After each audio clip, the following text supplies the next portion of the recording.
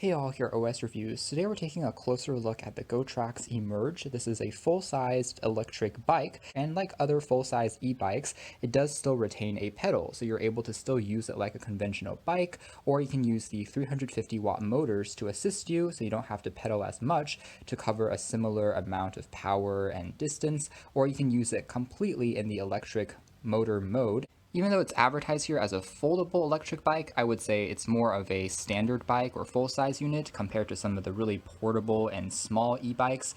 Many of those don't even have that aforementioned pedal system. Goes as fast as 20 miles an hour, covers a distance of up to 15 miles on a full charge using a Shimano 7-gear system, so you can change the gears in terms of when you're climbing on different inclines and slopes, just like regular bikes.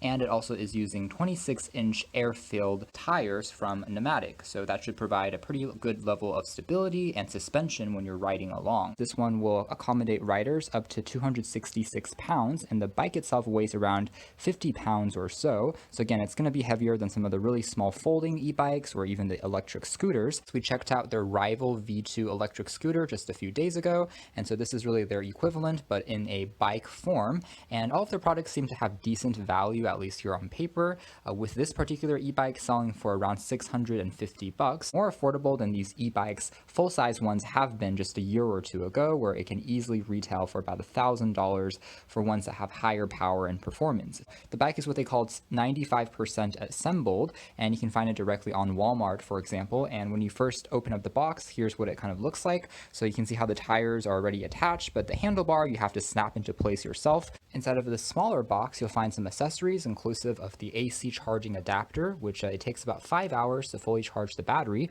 You also get some included screwdrivers and wrenches to tighten everything together. And now when removed from the box, here is what the bike looks like. So this is really as small as it gets, and even before fully assembling it, we can even notice some of the things going on, including a kickstand, so you can pop this downwards to have the bike stand upright.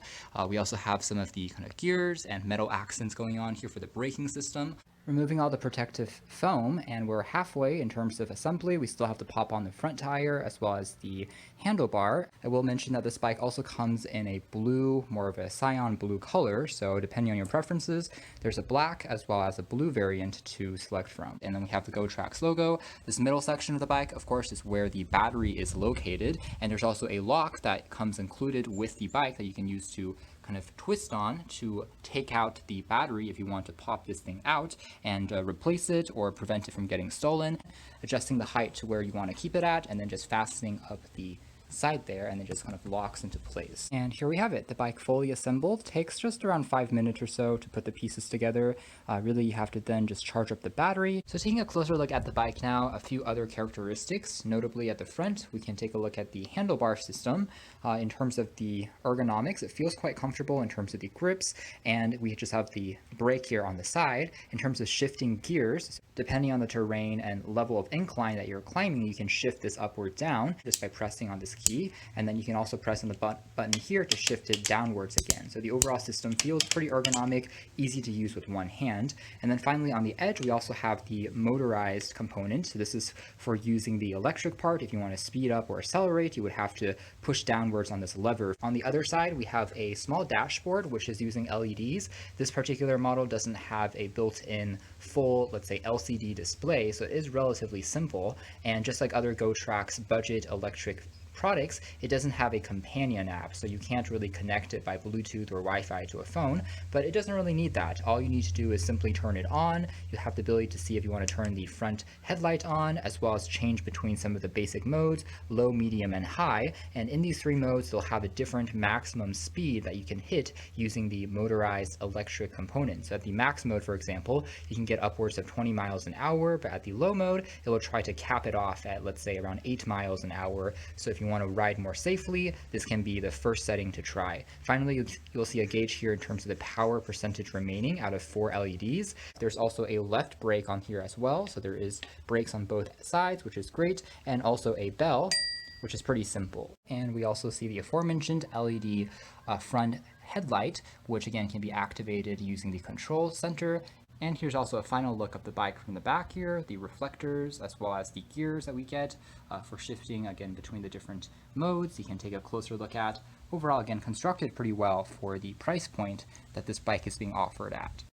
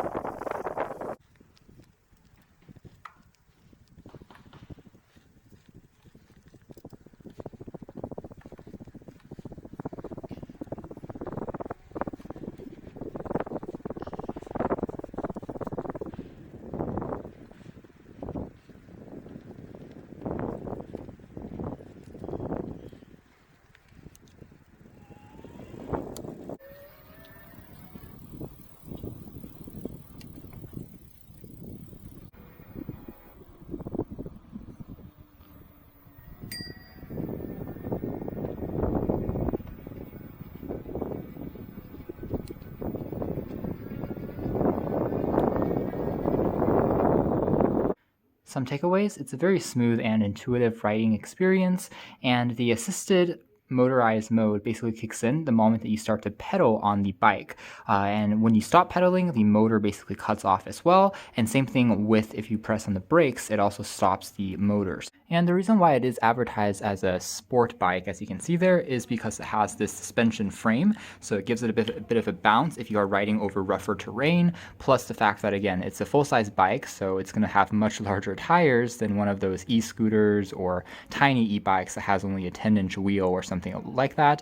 So this thing also will work better even if you are trying to ride across grass or something that has a few rocks.